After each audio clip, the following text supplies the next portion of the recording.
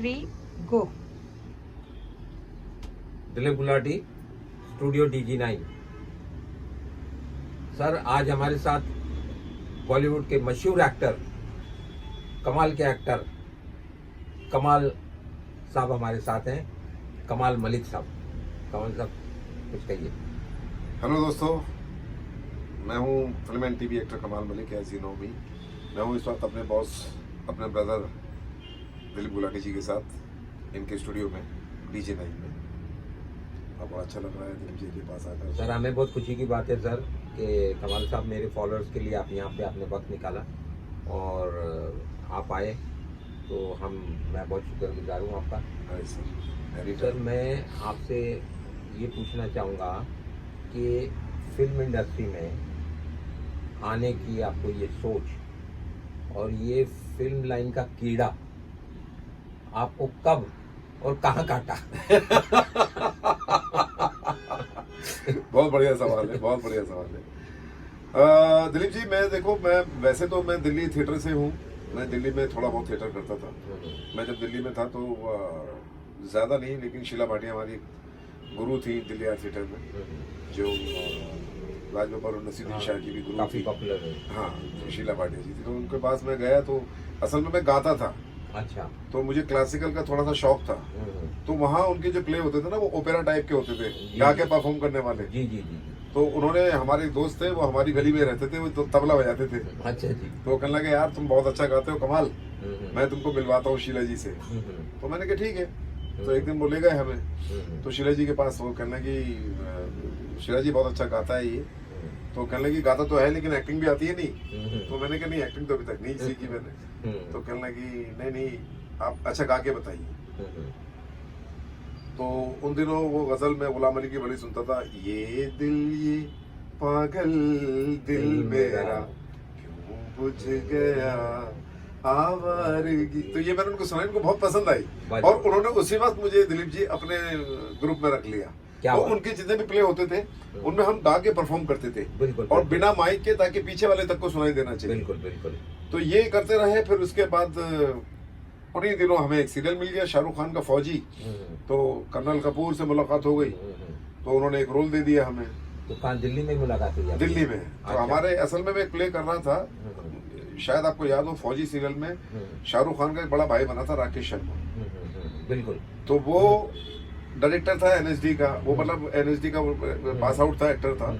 और इसमें शाहरुख खान के बड़े भाई का रोल कर रहा था। तो उसने मुझे बोला कि तू सीरियल करेगा? मैंने कहा बिल्कुल करेंगे।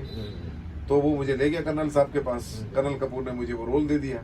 अच्छा, उसमें क्या था, फौजी के अंदर जो शाहरुख खान ने रोल किया, वो रोल कर्नल कपूर का बेटा करने वाला था, जो मेन हीरो था। अच्छा। और वो फिल्म का DOP भी था। अच्छा जी।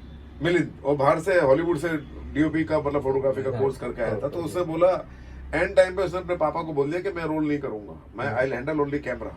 अच्छा। तो कर्नल कपूर ने वो रोल दे दिया शाहरुख खान को। वाह जी वाह। और शाहरुख खान के रोल में मैं आ गया। क्या बात है, क्या बात है। देखो, इससे कहते हैं डेस्टिनी। हाँ, तो बस वो किया फॉर। उस वक्त हम लोग, हमको खुद भी नहीं पता था कि आगे चल के इतना बड़ा नाम बनेगा शाहरुख खान। नहीं, आज तो हर किसी की किस्मत होती है, हर किसी का डेस्टिनी है सर। आज तो वर्ल्ड स्टार है वो, वर्ल्ड स्टार है। लेकिन ये बहुत जानकर खुशी की बात है कि आपका करियर ऐसे लोगों के साथ शुरू हुआ। हाँ जी, शाहरुख साहब के साथ शुरू हुआ। ये भी अपने आप में देखिए भी डेस्टिनी कितनी बड़ी बात है डेस्टिनी की बात कि है भाई एक अच्छे एक्टर के साथ आपकी शुरुआत हुई। जी। हाँ तो जी, ये भी एक ऊपर वाले का करम है कि ऐसा मौका आपको मिला। बिल्कुल बिल्कुल। फिर उसके बाद सर, ये बॉम्बे का सिलसिला आपका कैसे शुरू हुआ? तो बॉम्बे का ऐसा हुआ दिलीप जी, मैं पहले दिल्ली के मैंने थोड़ा बहुत प्ले करता रहता था, और इक्का दुक्का DD1 के सीरियल इधर। फौजी के बाद, फौजी के, जब फौजी खत्म हो गया, चूंकि फौजी के 26 एपिसोड थे, उसके बाद तो फिर सब लोग चले गए। शाहरुख खान चला गया मुंबई, और सब लोग इधर इधर बिखर गए। तो मैं फिर थिएटर करता रहा, थोड़ा दिल्ली के 2-3 सीरियल करता था। फिर बाद में ये ख्याल आया कि यार, जब शाहरुख खान जा सकता है तो हम क्यों नहीं जा सकते। तो मैंने कहा यार, शीशे में देखा, मैंने कहा बुरे तो हम भी लगते हैं, let's go to Bombay. Inspiration हो गई। तो बॉम्बे आ गए। यहाँ पर आके शाहरुख से मिलता था, उनकी शूटिंग पे जाता था, कहीं भी होती थी शूटिंग तो मिलता रहता था।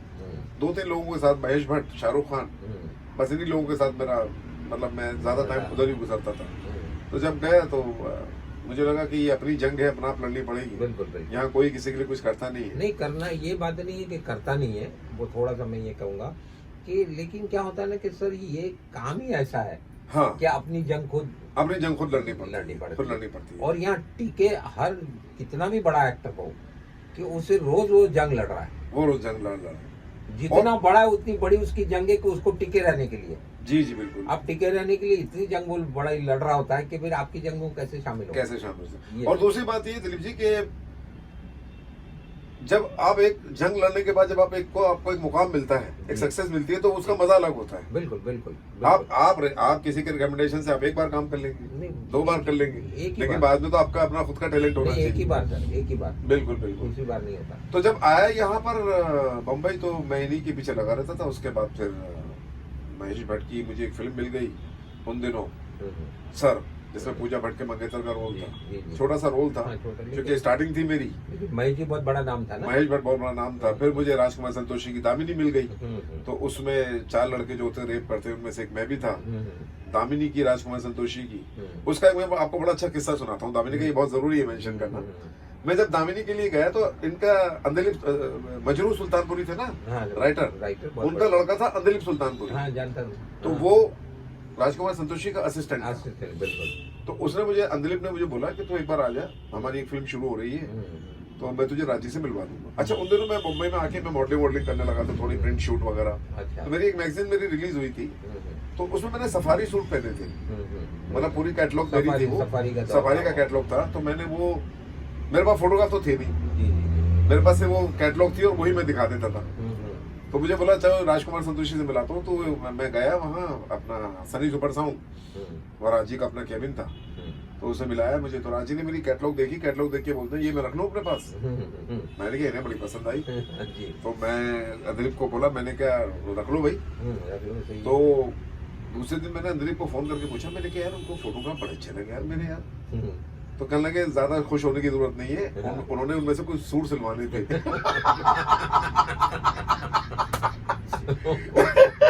बोले ज्यादा खुश होने की जरूरत नहीं है, उनको उनमें से कोई डिजाइन सिलवाने थे, इसलिए रखी थी। वो भी सफारी पहनते थे बहुत बहुत ज्यादा। तो लेकिन जब फिल्म शुरू हो गई, फिर दामिनी शुरू हुई। अब उसमें आधी से ज्यादा फिल्म में तो कलर लगा हुआ है फेस के ऊपर, क्योंकि होली के ऊपर थी, होली पे थी फिल्म, और वो मेरी दूसरी फिल्म थी। तो लेकिन ये कि बड़ा बैनर था, राजकुमार संतोषी और अली मुरानी, करीम मुरानी, बंटी सुरमा, ये प्रोड्यूसर थे सिने युग के। अच्छा वो था प्रोडक्शन, और अच्छे लोग थे। तो काम करके फिर ये सिलसिला शुरू हो गया। इसके बाद फिर इसमें जैसे आप बलात्कारी का रोल किया आपने उसमें, दामिनी में, हाँ, तो ये आप मतलब जब वो फिल्म में, जब आप इतनी बड़ी फिल्म है और इतना बड़ा डायरेक्टर है, इतनी बड़ी एक्ट्रेस हैं, सब आप कर रहे हैं, तो लोग तो देखते हैं कि रेप करने वाला बड़ा जिगर वाला होता है और बड़ा गलत काम में इतना वो कर लेता है, तब कितने डर रहे थे? क्योंकि फिल्मों में थे सर, जितने भी फिल्मों में रेप होते हैं उसमें जो एक्टर होते हैं इतने डरे हुए होते हैं। ये आपने सही बात है, बिल्कुल, ये किसी के जहन में बात आती नहीं है सर। बिल्कुल, तो आप कितने डरे हुए थे? सर मैं भी बहुत नर्वस था। मुझे राजकुमार संतोषी ने बोला, मुझे और एक अश्विन कौशल करके एक एक्टर है, बहुत अच्छा हो गया, तो जो हमारे साथ थे, कौशल भारती जी, उनके कौशल भारती के फादर थे। तो अश्विन कौशल में राजकुमार संतोषी अलग में रह गए। उन्होंने बोला, अच्छा उनको पता था कि बच्चे यंग है, कहीं ऐसा ना हो जज्बात में काबू, मतलब इनके काबू से बेकाबू हो जाए। तो उन्होंने बोला, देखो ये मैं वल्गर रेप पिक्चराइज नहीं कर रहा हूँ, ये मेरी बड़ी अच्छी दोस्त है, इसलिए जो भी कुछ करना है बहुत आराम से करना है और बगैर टचिंग हुए बगैर उससे आराम से। तो उन्होंने बहुत आराम से, तो नर्वस तो पहले से थे ही, लेकिन फिर वो जब शॉट किया तो बहुत अच्छा शूट हुआ। ईश्वर बिदरी कैमरामैन थे, ईश्वर बिदरी थे उस वक्त कैमरामैन, मुझे नाम याद है उनका। नहीं, वो जेपी दत्ता जी के साथ भी उन्होंने, अरे बहुत सीनियर, बहुत बढ़िया फिल्में की। मेरे ख्याल से शायद आपके साथ भी कोई एक आध फिल्म की, उन्होंने एक फिल्म में काम किया हुआ है। उसके बाद बाबू, उसके बाद सिलसिला शुरू हो गया इनका खान ब्रदर्स का। जी। उस वक्त सीरियल चल रहा था द ग्रेट मराठा। जी। तो उसमें हमें जयपुर जाना पड़ता था, संजय खान साहब के लिए। वहाँ जयपुर जाते थे हम लोग, जयपुर जाए, फिर जयपुर के बाद फिर जब इनका संजय खान का खत्म हो गया तो फिर अकबर खान का शुरू हो गया, अकबर दी ग्रेट। बिल्कुल। और मैं इस मामले में लकी रहा कि मैंने तीनों खानों के साथ काम किया। मैंने फिरोज खान साहब के भी साथ की, मैंने फरदीन की पहली फिल्म थी प्रेम अगन। यस। तो उसमें मैं एक पुलिस ऑफिसर बना था। फिल्म के अंदर काफी मतलब छोटा सा इम्पोर्टेंट रोल है, जहाँ ये फरदीन और मेघना का झगड़ा होता है, मैं इनको बंद कर देता हूँ। तो राज बब्बर और अनुपम खेर आके दोनों छुड़ा लेते हैं। तो एक वो सीन था, एक वो उनके साथ फिल्म की थी। तो बस इस जर्नी बहुत अच्छी रही आपकी। लेकिन जी। अभी सर मैं सुना है कि आप बहुत सारी वेब सीरीज भी कर रहे हैं और डिफरेंट लैंग्वेजेस में भी कर रहे हैं, तो उसके बारे में कुछ बताएं। हाँ, मैंने अभी साउथ की 2-3 फिल्में की हैं बापू। मैंने साउथ की, मैंने अभी एक फिल्म की थी रजनीकांत के साथ, वेरी गुड। दरबार, दरबार, जिसमें मैं एसीपी बना था। बहुत अच्छा रोल था मूवी में, वो की मैंने। फिर अभी वेब सीरीज तो मेरी भी कई है। मेरी नेटफ्लिक्स में भी रिलीज हुई है, चोर निकल के भागा, मैडॉक की फिल्म है, बहुत अच्छी फिल्म है। जी जी जी। तो हाईजैक के ऊपर है फिल्म, बहुत अच्छी है। उसके अलावा मैंने भी रेत करके भी एक वेब सीरीज की है, जिसमें मिलिंद गुनाजी हैं, जिसमें मनोज जोशी हैं, अतुल कुलकर्णी है, अतुल श्रीवास्तव है, बहुत अच्छी स्टार कास्ट है उसकी, वो है। फिर उसके अलावा अमेजोन मिनी की मैंने की हैं 2-3 वेब सीरीज, अभी भी परसों में शूट करके आया हूँ। तो उसके अलावा मैंने 150 से ऊपर सावधान इंडिया किए हैं, और 100 से ऊपर मैंने क्राइम पेट्रोल किए हैं। वाह जी वाह। तो ये मैंने बहुत सारा, मतलब मैं नहीं देखता रहता हूँ आपके, मैं अपना जब वीडियोस वगैरह तो मैं देखता हूँ कि यू आर ऑलवेज बिजी। ऊपर वाले का करा बहुत, क्योंकि मैंने देखा है कि आप अच्छा ऑलवेज बिजी वही एक्टर रहते हैं सर जिनका नेचर भी बहुत अच्छा होता है और जो कॉम्प्रोमाइजिंग भी होते हैं, जो कभी प्रोड्यूसर की तकलीफ को भी समझते हैं। बिल्कुल। तो ऐसे लोगों के पास सर काम की भरमार होती है। बिल्कुल, ये बिल्कुल आपने तो बिल्कुल सही कहा। जिस तरह से आप काम कर रहे हैं तो बात समझ में आती है कि ये बड़ा कॉम्प्रोमाइजिंग बंदा होगा, तभी बिल्कुल। सब लोग इसको नहीं बिल्कुल लेते हैं बिल्कुल। सर। हमने टैलेंट एक अपनी जगह पे है, हाँ। लेकिन टैलेंट के साथ साथ एक आपका अच्छा व्यवहार होना, बिल्कुल और प्रोड्यूसर डायरेक्टर की भी प्रॉब्लम्स को समझना, बिल्कुल ये भी बहुत अहमियत रखता है सर। Fully agreed. तो वो चीजें भी आप में। और सर मैं ये एक आपका बहुत बड़ा टैलेंट है सर, जो मैं भी बहुत बड़ा फैन हूँ उस टैलेंट का। आप सिंगिंग बहुत अच्छी करते हैं सर। तो उसको आप क्यों नहीं सीरियसली लेते हैं? हाँ, गाने का तो मैंने आपको भेजे भी हैं। हाँ, मैं हमेशा सुनता हूँ गाने, मैंने आपके भेजे भी हैं। नहीं, आपको याद है जब हम लोग आपकी एक वेब सीरीज कर रहे थे अमेजोन की, सिनेमा मरते दम तक, उसके लिए मैं कांग्रेचुलेशन करना चाहता हूँ आपको, दिलीप जी, बहुत बढ़िया आपने वो बनाई है। और उसको इतने लोगों ने देखा है, उसको इतना सराहा है लोगों ने, वो बहुत ही बढ़िया वो है। और हमने जो फिल्म में आपने काम भी किया, जो मैंने उनकी की है जंगल गर्ल, जी, बहुत अच्छी फिल्म बनी है, लोगों को पसंद आई, बहुत अच्छी अमेजोन की है वो। और मैं उसी वक्त जिस दिनों आपका ये कर रहा था ना, उन्हीं दिनों मेरा एक गाना और शूट हो रहा था। जी। तो मैं, आपने देखा होगा, मैं सेट पे गुनगुना रहा था, मैं अक्सर गाता रहता था। तो मेरी भी एक एल्बम रिलीज हुई है। गाने एक्चुअली क्या है दिलीप जी, गाना और एक्टिंग दो अलग अलग चीजें हैं। अलग, बिल्कुल। गाना का फील्ड अलग है, बिल्कुल, और एक्टिंग का अलग है, बिल्कुल अलग है। तो ये दो अलग अलग फील्ड है। जी। तो एक साथ दो फील्ड में चलना थोड़ा सा डिफिकल्ट हो जाता है, लेकिन मुझे जैसे टाइम मिलता है तो मैं गाता भी हूँ। नहीं सर, मैं बताऊं कि आप इतने लकी हैं। देखिए सर, मैं आपको चीज़ बताऊं कि सिंगिंग ऐसी चीज़ है, एक ऐसी सरस्वती वो सर, कि वो सबको मिलती नहीं है। बिल्कुल सही, बहुत मुश्किल है सर, बिल्कुल। और आपको सरस्वती माँ का आशीर्वाद मिला है। जी, कि एक आवाज़ इतनी अच्छी, और मैं आपको हमेशा कहता भी रहता हूँ। नहीं, आप तो मुझे हमेशा मैं इंस्पायर करता हूँ कि क्यों मैं इंस्पायर करता हूँ कि बड़ी मुश्किल से मिलती है, और आपको मिल गई है तो आप उसको संवारिए। हाँ, बिल्कुल संवारिए। बिल्कुल। और सर जो गीत वाला जो गाना, जिसको गाने का शौक है, उसकी जिंदगी सर वो कितने लोगों को इतना सुकून देता है सर। हाँ, सही बात है, और खुद को भी इतना सुकून मिलता है सर। बिल्कुल। वो एक अल्टीमेट है सर। मेरा मानना वो भी सर, मैं आपको बताऊं, वो भी एक पूजा है। बिल्कुल। हमारे गुरुद्वारे में जाते हैं सर, तो वहाँ पे वाणी चलती रहती है सर। जी। वाहिगुरु जी वगैरह, कितना सुकून मिलता है सर। जी, बिल्कुल। बेताशा। बिल्कुल तो सर, भगवान ने आपको, अल्लाह ने, सरस्वती माँ का आशीर्वाद है आपकी। मैं चाहूँगा कि वहाँ भी आप जरूर। नहीं, बिल्कुल दिलीप जी, मैं कर रहा हूँ। मेरा भी तीसरा एल्बम भी मेरा रिलीज होने वाला है। अभी तीसरे एल्बम की मैं प्लानिंग कर रहा हूँ। जी। ये आपने बहुत अच्छी बात कही है। एक्टर के लिए ना, एक्चुअली गाना एक्टर को आना ही चाहिए। गाना जो है ना, गाने का हम लोग जो सुरताल जो हम लोग होता है ना, अगर डायलॉग में भी ताल होता है, बिल्कुल। डायलॉग्स में भी रिदम होता है सर। जब तक आपके डायलॉग में रिदम नहीं है तो आपका वो डायलॉग डिलीवरी बढ़िया नहीं होगी। सर मैं बोलता हूँ कि आप प्रोफेशनल सिंगर ना बने, लेकिन इतना तो देखिए, जैसे अमित जी ने भी गाने गाए हैं। हाँ जी। सलमान भाई भी गाते हैं, गाए हैं। जी। ठीक है, बहुत सारे गाने नहीं, लेकिन ठीक है, उनको पता है, लेकिन एक शौक रखते हैं सर। बिल्कुल। और उसको लोगों ने यूज भी किया। सलमान की फैमिली को आपसे अच्छा कौन समझ सकता है? क्योंकि आप इतने नजदीक हैं उस फैमिली के, और बहुत अच्छा लगता है सलीम साहब के और इनके। अच्छा लगता है सर, जब भी आप लोग जैसे सिंगिंग भी करते हैं तो सुनने में बहुत अच्छा लगता है सर। जी। सर आप मैंने जो 2 गाने रिलीज हुए उनका एक लाइन आपको सुनाऊंगा। हाँ बिल्कुल सर, सुनाइए। एक मेरी रिलीज हुई है, एक मेरी एल्बम रिलीज हुई है टी सीरीज से, जिसका नाम है इश्क तुमसे हुआ। वाह। उसका मैं आपको उसका लिंक भेजूंगा आपको। हाँ नहीं, आप 2 लाइन हमारे फॉलोअर्स को भी सुनाए। इश्क तुमसे हुआ क्या करूं, इश्क तुमसे हुआ क्या करूं, जीना चाहूं मगर मैं तो जी ना सकूं, इश्क तुमसे हुआ क्या करूं। क्या बात है सर। और कोई हमारे यहाँ के सिंगर के लिए कोई गाना आप सुनाए, 2 लाइनें। रफी साहब का है, किशोर साहब का है, किसी का एक गाना 2 लाइनें गाएं आप हमारे फॉलोअर्स के लिए। किशोर दा का मैं एक गाना अभी ट्राई कर रहा हूँ और आप उसको देखेंगे, आप सुनेंगे। मैं बंगला में गाने वाला हूँ।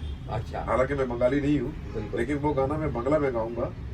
और वो ओरिजिनल गाना ये है, मेरे सपनों की रानी कब आएगी तू, बीती जाए जिंदगानी कब आएगी तू, बीती जाए जिंदगानी कब आएगी तू, चलिया तू चलिया। क्या बात है सर। ये गाना दादा, ये गाना दिलीप जी मैं बंगला में गाने वाला हूँ। Very good sir. और ये तो उसके जो वो उसमें बंगला की खुशबू भी है। SD बर्मन साहब, तो उनका तो वो था। और किशोर दा का तो वहाँ भी बंगला में भी मतलब बहुत लोग उनको मानते हैं, जबकि वो थे MP के। वो थे MP के, लेकिन थे बंगाली। तो सर बहुत अच्छा लग रहा है सर, और आपकी बातें सुन के बहुत अच्छा लगा sir. You are really lovely. और मेरे साथ भी आपने इतना काम किया, वो भी मेरे एक्सपीरियंसेस में। और आगे भी करेंगे सर, आगे भी करेंगे। आप हमेशा बहुत पॉजिटिव हैं, ये मैंने देखा हुआ है। Thank you sir. Is very helping to the producers, to the directors, को एक्टर्स, सबकी इज्जत करते हैं, रिस्पेक्ट करते हैं। शूटिंग में कभी किसी को कोई प्रॉब्लम नहीं देते हैं, ये बहुत अच्छी बात है इनकी। और एक्टर भी बहुत अच्छे हैं, हर टाइप के किरदार को निभा लेते हैं। हाँ, एक चीज और बोलना चाहूंगा। अभी आपने आने वाले प्रोजेक्ट के बारे में पूछा नहीं, मेरे भी आने वाली जो प्रोजेक्ट है, उसमें मैं अभी एक अहमद खान की फिल्म कर रहा हूँ जिसका नाम है बाप। वाह। इसमें संजय दत्त है, सनी देओल है, जैकी श्रॉफ है, मिथुन चक्रवर्ती है, चारों हैं। और बड़ी खूबसूरत फिल्म बनी है। और एक और मेरी फिल्म रिलीज होने वाली है, न्याय द जस्टिस, जिसका मैं वेट कर रहा हूँ, जो कि डायरेक्ट आप ही ने की है।